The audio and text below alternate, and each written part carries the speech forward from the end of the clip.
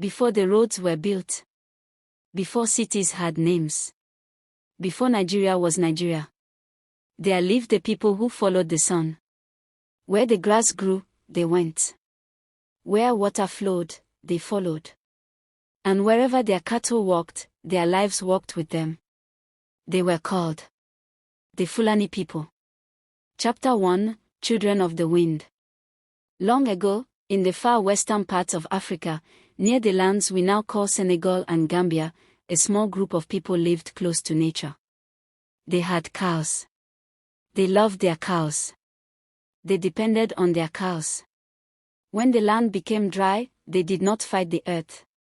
They packed their lives and walked. Slowly. Patiently.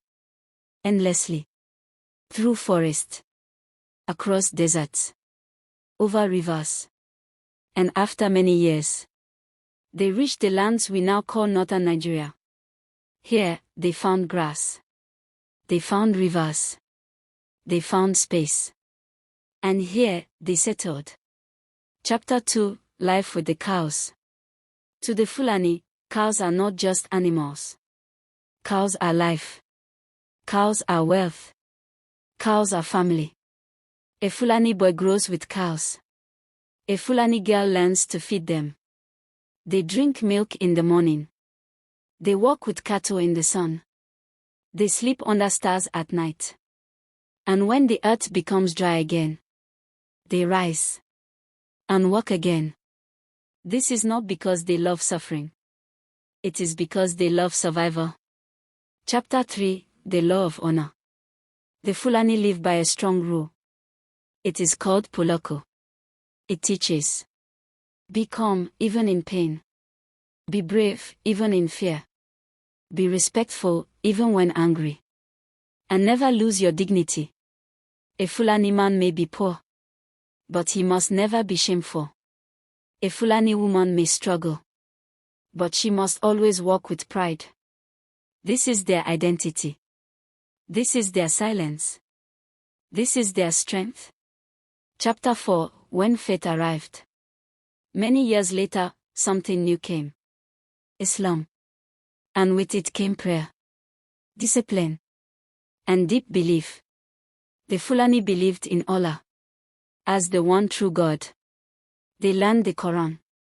They prayed 5 times a day. They fast. Then one man rose. Usman dan Fodio.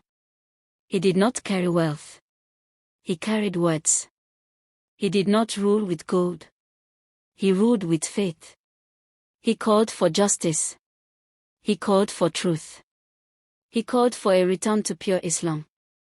And with his followers, the Fulani built the Sokoto Caliphate.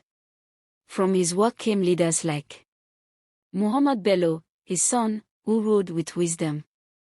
Abdullahi dan Fodio, his brother, who wrote books still read today. And many amirs who spread learning, law, and Islam across the north. It became one of the greatest Islamic empires in African history. Chapter 5: A New World, New Troubles. But time never stands still. The grass began to disappear. The forests were cut. The land became dry again. So the Fulani moved south into farmlands. And then came trouble. Farmers said, "Your cows are destroying our crops." Herders cried, "Your farms are blocking our paths." And slowly, peace began to break. Among the Fulani were good people. Among them were also bad ones. Some criminals wore Fulani name to commit evil. And innocent Fulani families paid with blood, fear, and tears. Chapter 6: The People Today. Today, some Fulani live in villages. Some in towns.